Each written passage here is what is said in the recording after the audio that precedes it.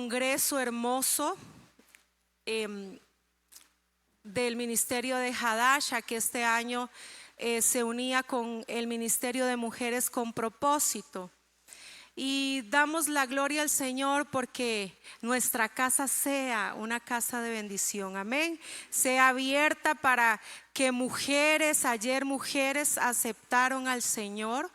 Así que damos la gloria al Señor porque es la obra que el Señor nos ha encomendado hacer, amén. Y damos la bienvenida a todo el pueblo que se conecta a través de redes sociales para que esta palabra a través del ministerio Pasos de Amor sea de bendición, amén, para sus vidas. Y esta mañana quiero compartir con ustedes algo muy, muy importante. Algo que la iglesia no debe olvidar, y es quién gobierna.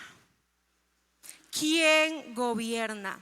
Porque saben ustedes, cuando nosotros a lo largo de nuestra vida y de nuestros días empezamos a percibir que muchas veces quien nos está gobernando o lo que nos está gobernando no está alineado al propósito de Dios. Porque me ha pasado a mí. Entonces yo digo, si me ha pasado a mí, yo no soy así como media extraterrestre, como para que a usted tampoco le haya pasado y le haya sucedido. Pero ¿qué es lo que pasa cuando nosotros hacemos una introspección y decimos, Señor, ¿qué pasa? Porque tengo miedo, porque estoy asustada, porque estoy como atemorizada, porque empiezo a experimentar lo que muchos afuera llaman ataques de ansiedad, cuando en la vida yo he pasado eso, cuando en la vida yo he sentido eso. Entonces es ahí donde nosotros tenemos que analizar qué está gobernando nuestra vida. ¿Y saben qué es lo que pasa? Que cuando no hay un gobierno, cualquier cosa puede gobernar. Y eso es algo muy fuerte. Porque cuando nosotros retrocedemos y damos espacios a que otras cosas gobiernen, empiezan a suceder cosas que no están alineadas al propósito de Dios. Y el problema no es que una persona no esté gobernando. ¿Saben qué es lo que pasa? Que la vida continúa. Que la vida no te va a esperar. Voy a esperar a que Paola Redondo empiece a gobernar. No, la vida continúa, mi hermano. Entonces, cuando una persona no toma el gobierno de su propia vida, esta persona queda expuesta. ¿Y sabe a qué queda expuesta? A sus emociones. Lo que decía ahorita la palabra en las ofrendas. Quedamos expuestos a emociones, mi hermano, y no hay nada más delicado que moverse por emoción. Y tomar decisiones por emociones aún más peligroso es. Aún más peligroso es. Entonces esta persona queda expuesta a indecisión, abre las puertas precisamente a eso, a que gobierne el miedo, a que gobierne la presión. Es que me está presionando, es que mi jefe me está presionando, es que mi familia me está presionando, es que mi grupo me está presionando. A impulsos y a las circunstancias e incluso al desorden. Y todas esas cosas a veces terminan gobernando nuestra vida. Pero eso no es lo que Dios espera. Eso no es lo que Dios quiere. A veces muchas de las pérdidas no es por una mala intención, es por una falta de gobierno. Perdí tal cosa, o perdí tal oportunidad de trabajo, o perdí esto. Es que me tienen mal ojo. Yo sé que sí. Mi hermano, ¿cómo un hijo de Dios va a decir mal ojo? Me tienen el ojo, y ya usted lo ve con la pulserita roja. Ay, Dios mío. Tengamos cuidado, porque muchas de las cosas, de las pérdidas que a veces suceden en nuestra vida, no es por nada de eso. Es por falta de gobierno. por falta que usted tome la autoridad que el Señor le ha dado y usted tome decisiones para ordenar su vida, para ordenar su casa, para ordenar a sus hijos. Entonces, cuando nosotros no actuamos con esa responsabilidad, y hermano, cuando hablo de responsabilidad, no es que Dios viene a hacer todo por ti. Ya lo hizo todo lo que usted no podía hacer. Y nos entregó a su precioso Hijo en amor, salvación de nuestra vida y nuestra alma. Pero te ha dado la responsabilidad de dirigir tu vida. ¿O es que solo a mí se me dio libre albedrío y yo soy la única que tomo decisiones? Todos tomamos decisiones que pesan, mis hermanos. Decisiones que a la larga nos ayudan o más bien nos ponen cuesta arriba. Entonces, cuando nosotros no queremos asumir ese lugar que Dios nos dio, como en nuestra casa, como en nuestro trabajo, suceden cosas, pasan cosas. Y si nos vamos a una terminología humana, psicológica, ¿saben cómo se les llama esto? Evitación experiencial. Y esa evitación experiencial es lo que nosotros como seres humanos evitamos sentirnos ansiosos por tomar una decisión. ¿Cuántos de ustedes aquí han tenido que tomar decisiones difíciles, cruciales en su vida?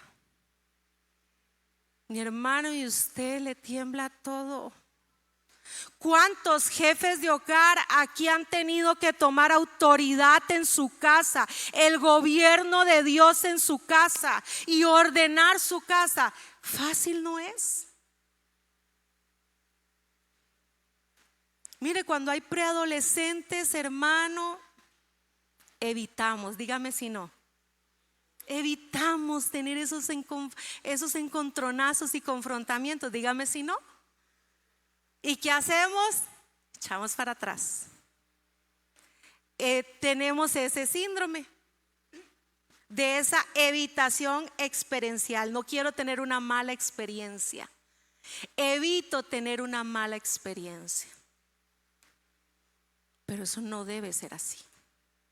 A eso no nos ha llamado el Señor. El Señor nos ha dado un dominio, un poder, una autoridad, amén, en su nombre. Y entonces venimos tratando de persuadir esa culpa, ese miedo, esa incomodidad, y nos crea una falsa sensación de alivio inmediato.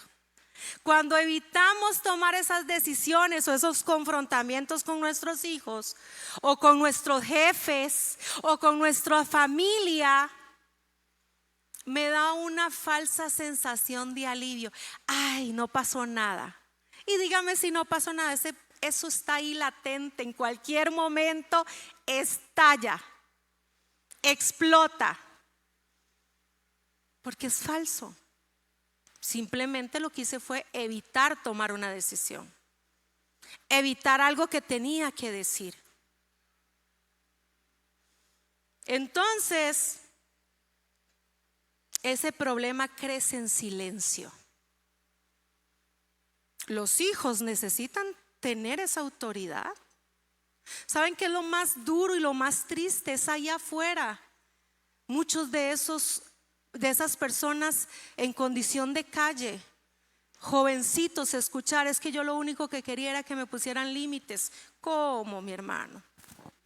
¿Cómo una vida puede estar perdida en manos del enemigo por no poner límites en casa? Hermano, es que es una vida, no estamos hablando de chayotes, estamos hablando de vidas, de almas que el Señor pagó un precio muy alto por ellas. por falta de gobierno de Cristo, por falta de autoridad en el hogar, por no tener una guía. Es doloroso oír esos testimonios. Pero la Biblia nos enseña algo y lo vamos a ver. Quiero que me acompañen en el libro de Proverbios, capítulo 29, versículo 18. ¿Qué pasa cuando no hay dirección de Dios? Eso trae desorden. Y voy a leer para ustedes esta versión. En la Reina Valera dice: donde no hay profecía, ¿qué dice? El pueblo perece. Entonces aquí en esta versión dice: donde no hay visión, donde no hay una visión clara para la persona, el pueblo se desenfrena. Tiene que haber un camino que se nos muestre. Por ahí, mi amor, quiero que usted se conduzca de esa manera.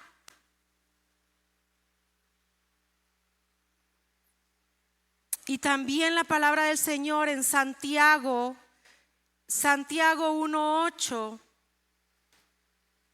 nos habla otra verdad del ser humano. Como seres humanos necesitamos esa dirección. Como seres humanos necesitamos un guía. Y si lo leemos a lo largo de la historia en la Biblia, siempre hubo alguien dirigiendo al pueblo. Siempre el Señor levantó esa persona. Entonces si usted pregunta, ¿una casa podrá todo el mundo tomar decisiones? ¿No haber reglas, cada uno imponer sus reglas? No. Y dice Santiago 1:8: el hombre de doble ánimo es que inconstante en alguno de sus caminos. ¿Qué dice? En todos sus caminos. Entonces se da cuenta que nuestra vida no puede guiarse por emociones, porque mis emociones sí son muy inconstantes, mi hermano. Súper inconstantes. El ser humano tiene una vida súper inconstante emocionalmente. Entonces dice: el hombre de doble ánimo es inconstante en todos sus caminos. Entonces, mi hermano, llega un momento en nuestra vida que nosotros no podemos dejar pasar. Tenemos que tomar el gobierno de Cristo. Tenemos que hacernos responsables, sí, de lo que hagamos y lo que digamos. Es que nosotros no podemos andar hiriendo a la gente conforme voy caminando. Es que yo soy así, porque mira, yo tuve una niñez tan terrible. Es que las heridas que yo llevo marcadas, y mira, si usted le pudiera poner aquí una cinta como los de los Boy Scouts, estarían como con orgullo enseñando esas heridas. No, mi hermano, nosotros sentámonos orgullosos de que Cristo vino, nos restauró, nos limpió, nos levantó, nos hizo a imagen y semejanza. Ese es el orgullo que usted debe tener. No que tanto ha sufrido usted en la vida. Pero hay gente que sí le encanta y se siente como hasta orgullosa de todo lo malo que le ha pasado. Pero simplemente ¿sabe por qué es eso? Porque esos sienten autoridad para andar dañando y golpeando al pueblo de Cristo. Porque así encontramos muchas personas y sienten autoridad en andar lastimando. Pero nosotros no podemos permitir que esos malos hábitos y que esas palabras lastimen a los demás. Tenemos que hacernos responsables de lo que decimos y lo que hacemos. Porque hemos estado en los dos escenarios, dígame si no. Claro que sí, hemos estado en los dos escenarios. Hemos estado en los dos escenarios. Pero que el Señor ha tenido misericordia, mi hermano, ha tenido misericordia por nosotros, muchísima. Y hoy es una nueva misericordia, amén. Hoy es el día que el Señor ha hecho para que usted y yo reflexionemos a través de esta palabra. Usted y yo no nacimos para ser arrasados y movidos por cualquier viento. Usted y yo sí hemos sido llamados para permanecer firmes en autoridad, en gobierno de Cristo. ¿Saben por qué? Porque ahí donde Dios lo estableció fue Dios. ¿O qué? ¿Usted cree que su vida se mueve por casualidades? ¿O porque yo estudié mucho y yo me abrí la puerta para tener esa oportunidad laboral? No, mi hermano. No. Ahí donde Dios lo estableció, ahí esa familia que Dios le dio y entregó en sus manos, ahí fue donde el Señor lo puso. Eso es lo que el Señor le ha dado. Yo no puedo andar en la vida creyendo que mi vida se mueve al azar y a la suerte. Eso lo creerá el mundo. Eso lo creerá el mundo. Yo no puedo creer que entonces sí tengo que ponerme una pulserita para el mal ojo. No, mi hermano. Yo sí puedo creer que mi lucha no es contra carne ni sangre, sino contra todos los principados. Cuando yo me establezco como gobierno de Cristo, la oposición del enemigo se levanta. Y eso me da más bien a mí de verdad ese sentido de decir, estoy caminando. Y dice ahí por el refrán, ¿verdad? Cuando camina o cuando los perros ladran es porque alguien está avanzando. Está avanzando. Entonces, nosotros tenemos que hoy ver el gobierno de Cristo en nuestras vidas. Mi hermano, este mundo está lleno de personas influyentes, dígame si no. Pero yo no sé qué tiene este mundo también, como que viene incluido con un borrador. ¿Saben por qué? Porque el tiempo va borrando esos recuerdos.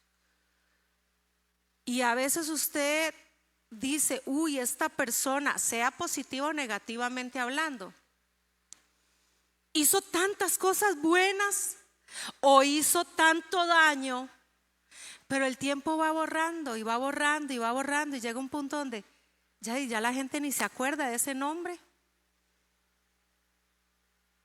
Viene como con un borrador incluido. Pero hoy yo quiero hablarles de una persona muy influyente, de las dinastías más famosas de su región. Un gobernante, fue nombrado gobernante de Galilea por el propio emperador romano.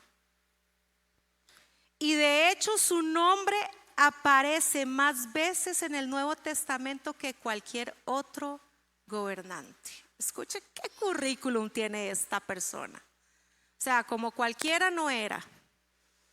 Era un hombre influyente. Y el nombre de este hombre era Herodes Antipas, hijo de Herodes el Grande. ¿Han escuchado ustedes la historia de él? Claro que sí. Y quizás podamos recordar un poco de Herodes el Grande, su padre, que cuando Jesús da la noticia, ¿verdad? Viene la noticia que Jesús va a nacer, él intenta persuadir y engañar a los magos para que ellos se desvíen y ordena la matanza de tantos bebés en la historia.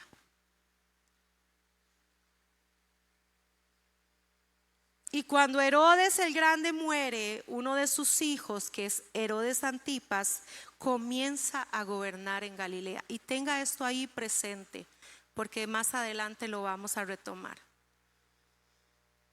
Igual de brutal e inmoral que su padre. Toda la herencia la recibe. Convence a su propia cuñada para abandonar a su esposo y se case con él. Y como era tan cobarde y un asesino, decide matarlo.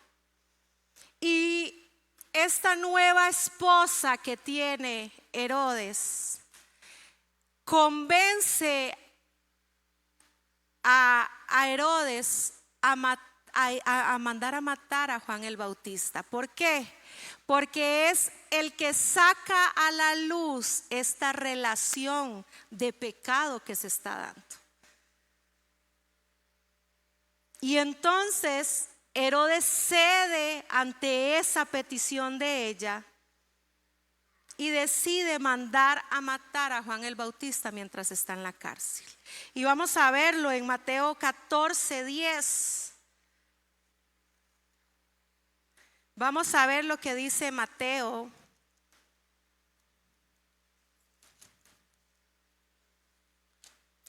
Capítulo 14, el versículo 10. ¿Me dicen amén cuando lo tienen?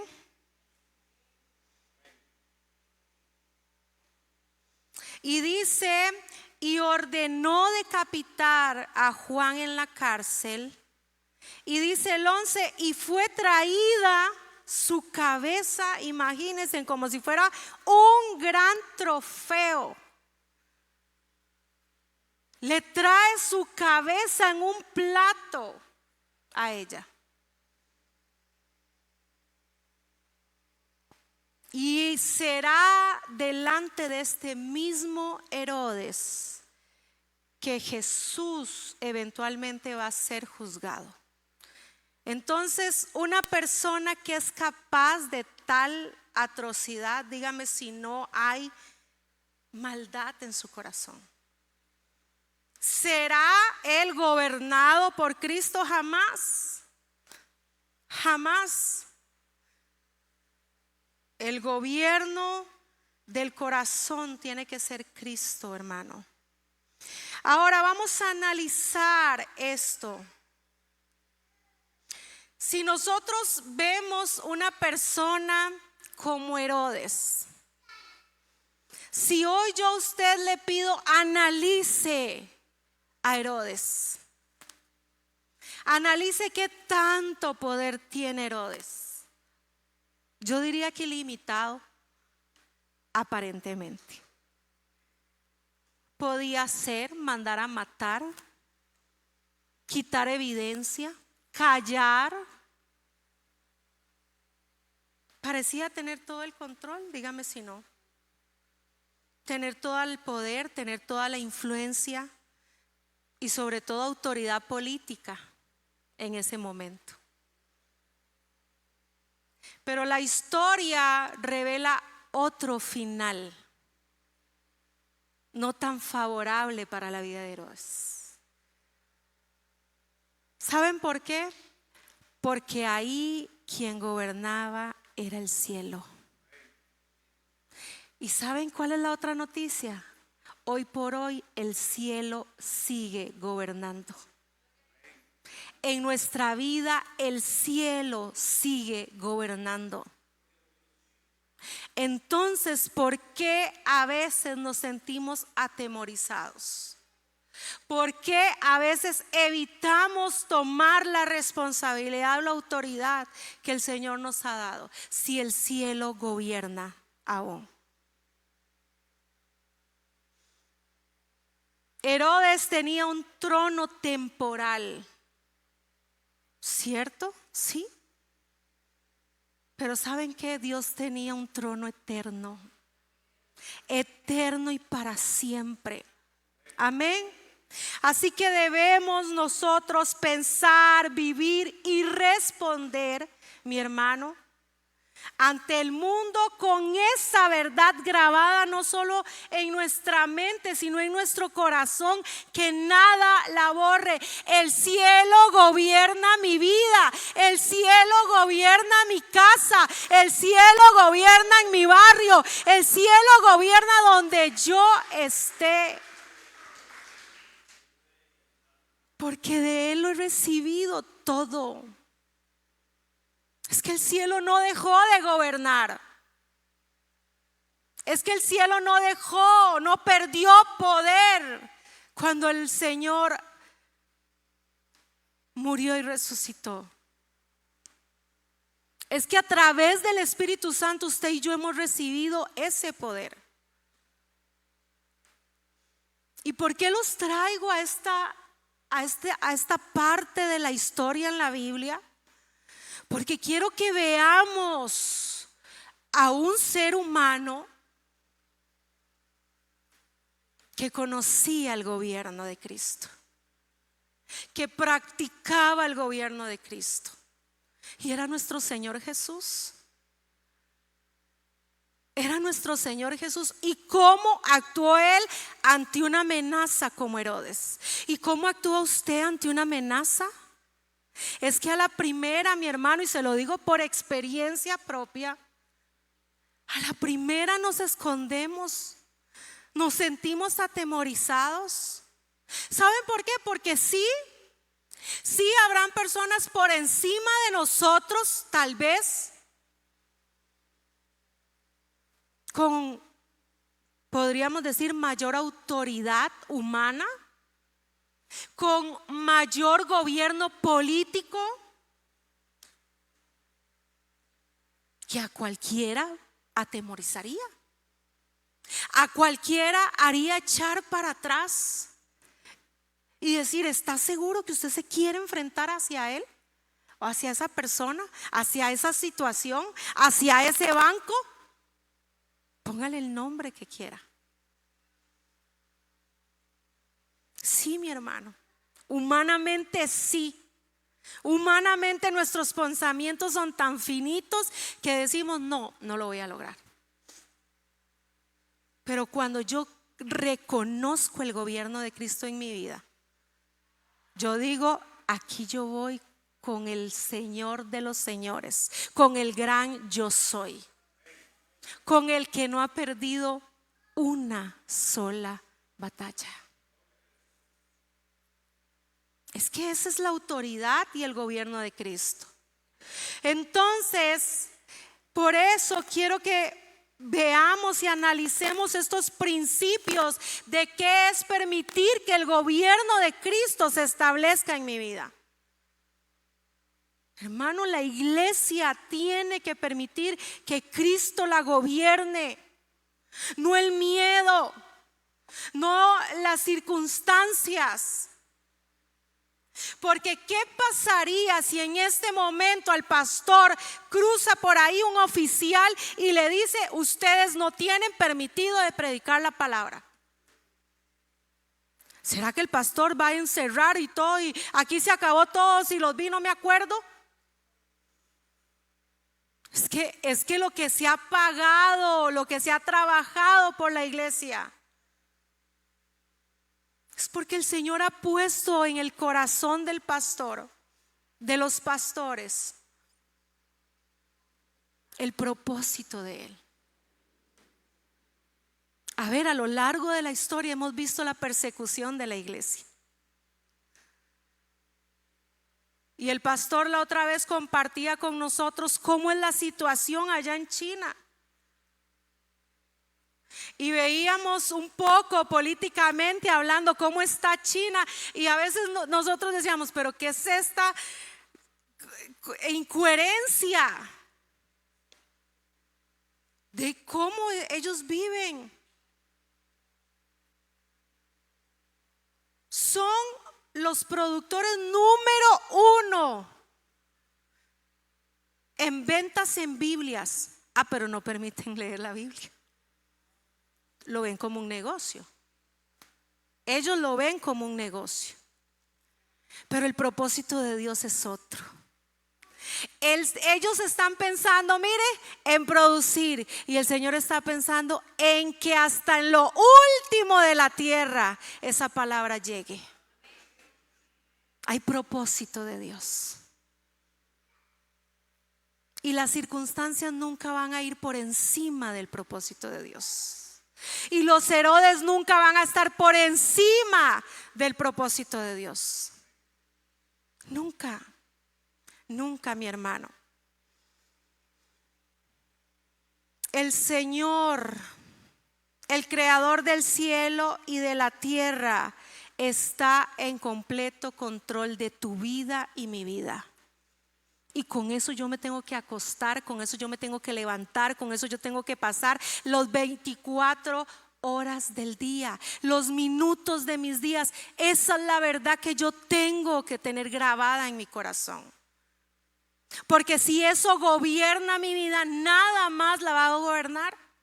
Ningún otro pensamiento la va a gobernar. Pero cuando no hay nada que gobierne, cualquier cosa va a gobernar. Cualquier circunstancia o cualquier persona la va a gobernar. Entonces vemos por primera vez en el libro de Lucas, en ese evangelio, donde se conecta el ministerio de nuestro Señor Jesucristo con el gobierno de Herodes Antipas, y producen chispas. Y se producen chispas, porque sí eran dos gobiernos fuertes.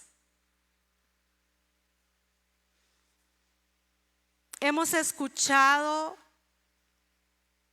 a nuestro Señor Jesús invitar a entrar a la familia de Dios por la puerta que amplia o por la puerta estrecha. Por la estrecha. Nos hace la invitación. Y hermano, no era tanto refiriéndose al tamaño y que usted y yo ahorita tengamos que ponernos a preocuparnos si bajamos de peso o no para entrar por esa puerta estrecha. No se trata de tamaño, se trata de exclusividad. ¿Y saben por qué es tan exclusiva esa puerta estrecha? Porque no cualquiera. No es cualquiera, mi hermano, porque dice en el libro de Juan 14:6, vamos a leerlo. En el libro de Juan capítulo 14, versículo 6, dice: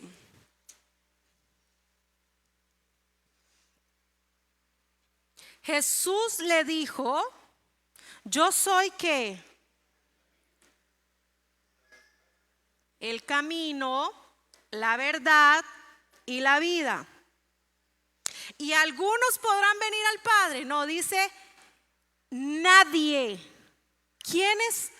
Nadie viene al Padre sino por mí. Pero también hace una aclaración muy poderosa. Y lo vemos en Juan 10:9. Váyase un poquitito para atrás. Juan 10:9 dice: yo soy la puerta. Él es la puerta. El que por mí entrare, ¿qué dice? Será salvo. Es la única. Es la única opción. ¿Se da cuenta qué tan exclusivos somos nosotros? Somos exclusivos. Es que no es cualquiera, mi hermano. No es cualquiera. Y déjeme decirle algo. Porque el Señor es tan claro que los que a veces complicamos las cosas en no entenderlo, no querer entender, somos nosotros.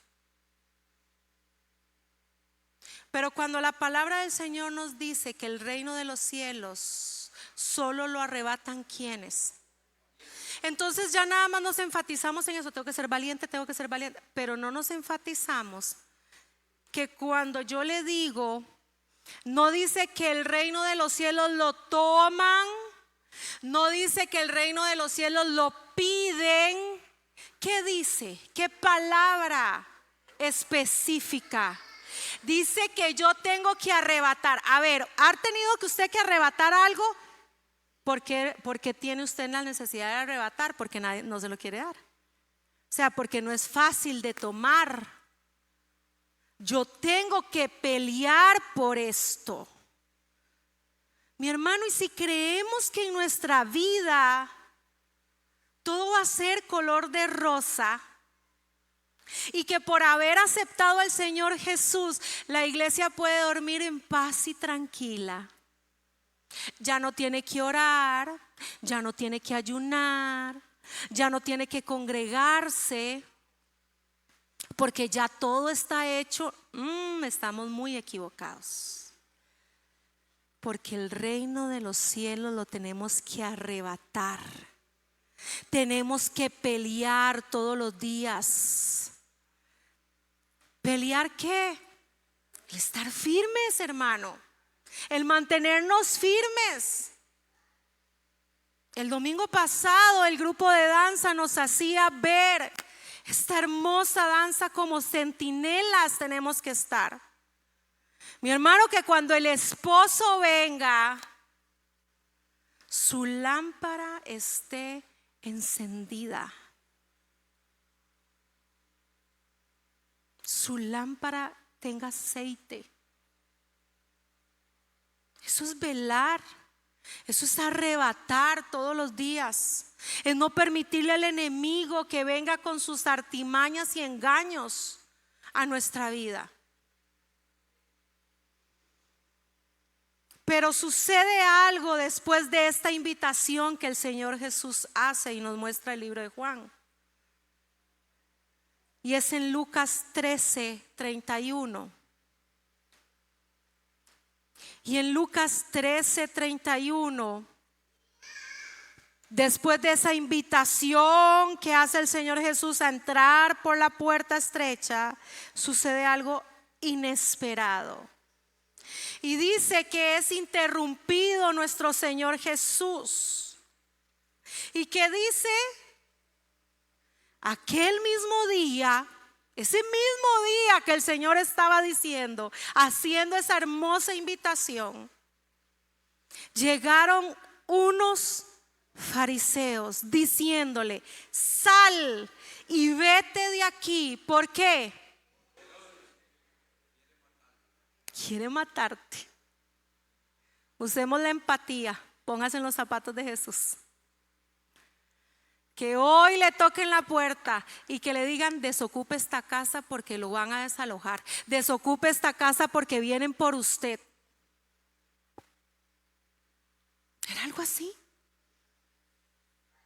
Ahora estaban amenazando contra su vida. Corra, salga de aquí. Dígame si no es un mensaje fuerte, alarmante. ¿Ha recibido usted mensajes así? Qué fuerte. Qué fuerte, mi hermano. Porque a usted le pasa todo por aquí. Ya usted está con las maletas en la cama, recogiendo todas las cosas. Mi hermano, fuerte. Y es ahí en esos de repente del Espíritu Santo, ¿cierto? Cuando se dice: un momento, ¿cómo que yo tengo que salir huyendo de acá? ¿Cómo que yo tengo que correr? No, es que con quien conmigo está es el Señor Jesús. Y Él es el que me dará la victoria en esta situación. Él es el que me dará la victoria. Amén.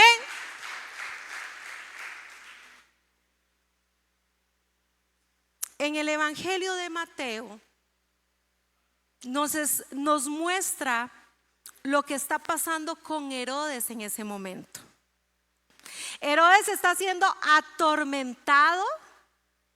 Dice Mateo 14:2 que Herodes está siendo atormentado por la culpa de haber mandado a matar a Juan el Bautista, porque él sabía que había hecho mal.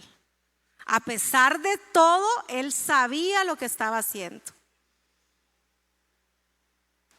Entonces, como esa vida no estaba siendo gobernada, él piensa que entonces Juan el Bautista es reencarnado en el Señor Jesús y que sus poderes reencarnaron en el Señor Jesús. Entonces hace lo que mejor sabe hacer. ¿Y qué es? Matar. Esa era su fortaleza. Entonces dice que él considera al Señor Jesús como una amenaza. ¿Sabe, mi hermano, cuál es la noticia esta mañana que yo le tengo a usted? Usted es una amenaza para el reino de las tinieblas. Usted es una amenaza. Y si usted considerara eso, usted dice, ¿cómo? ¿Qué tengo yo? No, es que usted tiene al Espíritu Santo y por eso te conviertes en una amenaza para el enemigo. Entonces, mire qué ironía de la vida.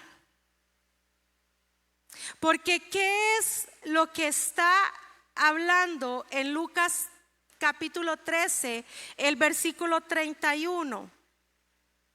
Le dice, sal y vete porque Herodes te quiere matar. ¿Qué era lo que estaba haciendo el Señor Jesús en esos momentos? En su ministerio. Dígame si no andaba sanando a los enfermos, libertando a los que estaban bajo esa opresión demoníaca, perdonando pecados, confrontando esa religión falsa. Eso es lo que andaba haciendo el Señor Jesús. Y si ese gobernante tuviera una noción de quién era Jesús, mi hermano, no lo hubiese mandado a matar. Le hubiese abierto los palacios, las puertas de los palacios y dice, venga aquí y haga todos esos milagros y prodigios. Y hubiera abierto esas puertas. Pero vean cómo se cumple el mismo patrón de su papá. Jesús era una amenaza, mi hermano, aún sin nacer. Aún sin nacer. Y sigue siendo esa amenaza para su hijo. ¿Por qué? Porque hay oposición. Porque cuando el propósito de Dios se revela, se opone las tinieblas. Cuando el propósito de Dios en tu vida se revela, va a haber oposición. ¿O cree usted que es que le van a abrir la puerta de todas las iglesias? Venga, predique, va a haber oposición. Oposición para que usted dude de lo que Dios ha puesto en ti, del ministerio que Dios ha puesto en ti. Y la Biblia lo deja claro en 2 de Timoteo capítulo 3 versículo 12.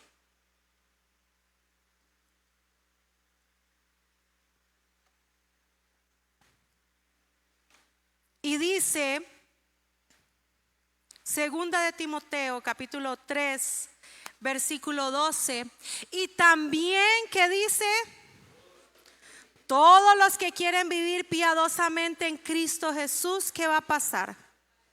Padecerán persecución. ¿Ha sufrido usted persecución por seguir a Cristo? Sí, mi hermano. Sí, claro. Entonces es ahí donde ya nosotros sabemos que cuando algo se empieza a levantar o alguien se empieza a levantar, usted sabe por qué es. Ya usted sabe por qué es. ¿Saben por qué? Porque ¿quién más que Jesús era merecedor de solo tener amigos? Claro. Mire, con todo lo que él hacía, dígame si no, una mamá ver a su hijo recobrar la vista que no tuvo por años, dígame si eso no era traer alegría a una casa, restablecer una familia, dígame si eso no era motivo de tener alegría, de saber que ya no estábamos siendo condenados, dígame si no era motivo de gozo, no motivo de enemigos. El que menos era merecedor de un enemigo era el Señor Jesús. Y vea, así que una iglesia no debería preocuparse por qué tantos amigos y favores políticos pueda tener y qué tanta influencia política y apoyo político pueda tener. Debería estar contando sus enemigos para saber qué tanto está impactando el reino de las tinieblas.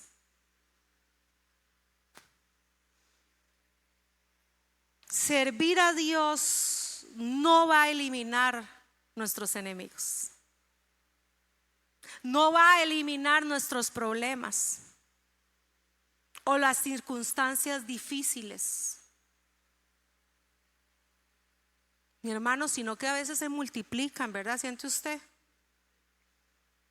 Como que se multiplican, como que brotan en la noche de la nada y usted el otro día se levanta y tiene todas esas noticias.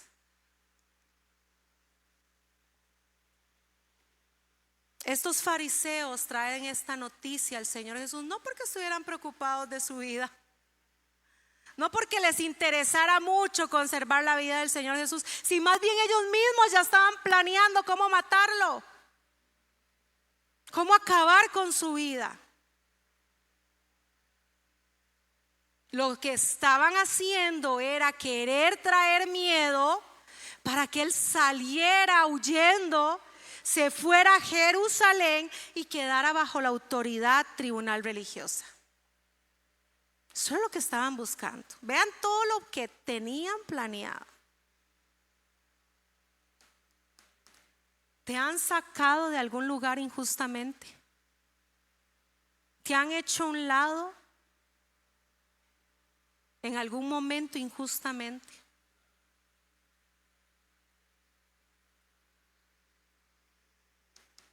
Entonces, ellos esperaban que el Señor Jesús saliera huyendo.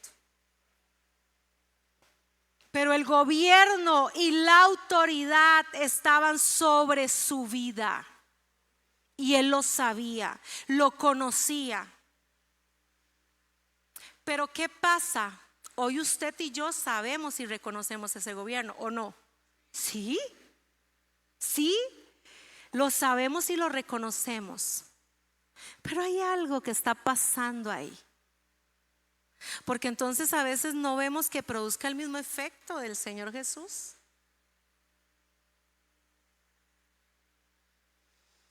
En Juan capítulo 10, versículo 18.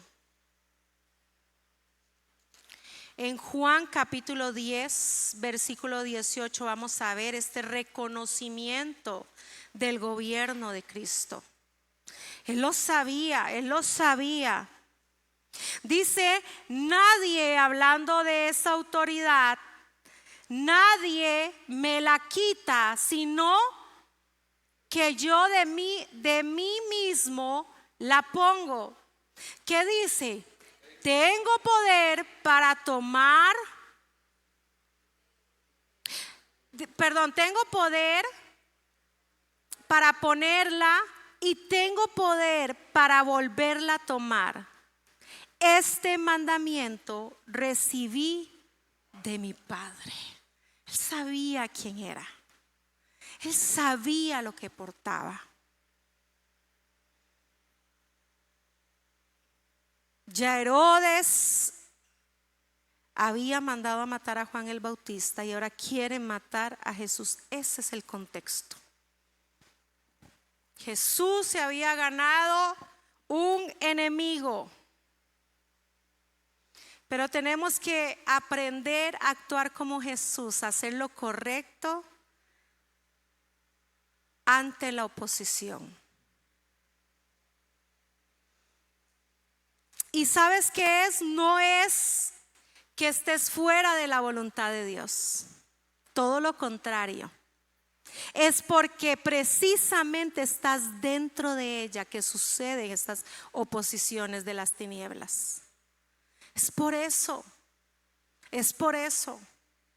Porque como estás haciendo las cosas correctamente, el enemigo se levanta. Es por eso, mi hermano. No tenga la menor duda. ¿Por qué? Porque la oposición no debe desviar la misión tuya y mía para cambiar el mensaje. Señor, a usted y a mí nos ha encomendado hablar la palabra. Se levante quien se levante. Suceda lo que suceda. Y Jesús continúa diciendo en Lucas, nos devolvemos a Lucas capítulo 13. Lucas 13, vamos a leer el versículo 33 y el 34. Y dice: sin embargo, es necesario que hoy y cuándo y mañana y pasado mañana, que dice, siga mi camino, porque no es posible que un profeta muera, que dice, fuera de Jerusalén. Y dice el 34, que dice: Jerusalén, Jerusalén, que matas a los profetas y apedreas a los que te son enviados. ¿Cuántas veces quise juntar a tus hijos como la gallina junta a sus polluelos debajo de sus alas? ¿Y qué dice? Y no quisiste. Y no quisiste. Cuando nos viene hablando la palabra y vienen estos fariseos y le dicen al Señor: váyase, corra, porque Herodes lo quiere matar. Hay algo que me encanta de ver esa autoridad del Señor Jesús. Y le dice: vaya, dígale a esa zorra. Y la palabra zorro en contexto de esos tiempos era una persona muy astuta, muy audaz. Que yo voy a seguir haciendo lo que estoy haciendo. O sea, imagínense qué respuesta del Señor Jesús, conociendo la autoridad y el gobierno de Cristo sobre él, gobierno de Dios sobre él, porque decía: yo he tomado esa autoridad por mandato de mi Padre. Sabía que él tenía esa autoridad. Entonces dice: es necesario que hoy, que mañana y que pasado mañana yo siga mi camino. Yo lo voy a seguir haciendo, le guste o no le guste. Seguimos predicando la palabra, le guste o no le guste al enemigo, nos quiera callar o no. Seguimos predicando, la iglesia sigue avanzando, porque tiene el gobierno de Cristo. La iglesia no puede, mi hermano, encerrarse en un rincón, porque tiene miedo de que afuera la persigan. No, ya sabemos que vamos a recibir persecución. Y eso es algo que usted y yo tenemos que tener presupuestado. Es algo que nosotros tenemos que tener presupuestado. Pero que esto no va a impedir que yo ordene mi casa con autoridad y gobierno. Esto no va a impedir que yo en mi trabajo me posicione con autoridad y que diga lo que está bien y lo que no está bien, lo que es correcto y lo que no es correcto, y sobre todo mis principios y mis valores cristianos no se pueden ver perjudicados ni tambaleados por solo pertenecer a un grupito, por pertenecer al equipo. No, mi hermano, Dios libre. Y no quisiste. Cuando el Señor Jesús dice Jerusalén, Jerusalén es un grito de dolor, de enojo, no de enojo, de dolor más bien. Y dice en el libro de Lucas, y con esto terminamos, capítulo 13, versículo 35.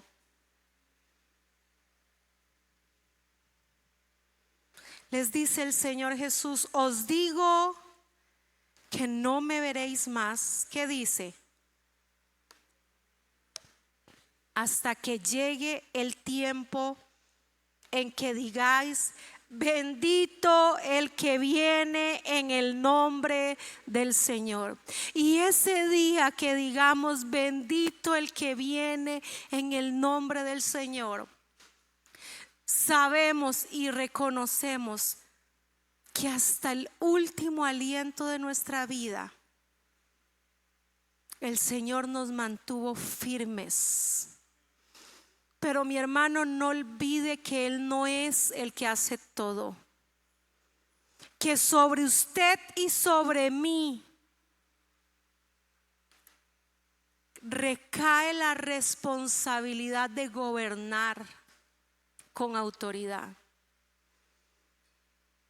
Yo no sé para quién es esta palabra, pero si usted en casa, quien gobierna es todos menos usted como padre de familia, hay que ordenar. Hay que ordenar. Si usted como madre de familia está sola, porque es solo mamá e hijo, y quien gobierna es el hijo, la casa hay que ordenarla. Reconozca la autoridad y el gobierno de Cristo en su vida. Reconozca la autoridad y el gobierno de Cristo en su trabajo. Reconozca la autoridad y el gobierno de Cristo en la iglesia. Mire, lo que el Señor a usted le dio no es para que esté ahí sentado en la sillita como observador, como espectador. Es que es tiempo de que usted ponga a trabajar el llamado que el Señor le ha hecho. Es que usted hoy tome el gobierno de Cristo y dígale: Señor, usted mucho me entregó en mis manos. Y como se los decía al principio, ¿sabe qué es lo más duro? No es no tomar la decisión, es que la vida avanza. Y es que los años y los días solo el Señor los tiene contados. Porque usted y yo no sabemos cuánto nos va a permitir el Señor estar aquí. Y qué triste sería llegar a la presencia del Señor y decir: Señor, me faltó tiempo. Debías esperar. No debía esperar. Usted debía tomar la decisión hoy de reconocer que el Señor te llamó para algo especial como iglesia. Para que abras la boca, para que pongas ese llamado, ese don que el Señor le dio a su servicio. Póngase sobre sus pies y damos la honra y la gloria al Señor en esta mañana.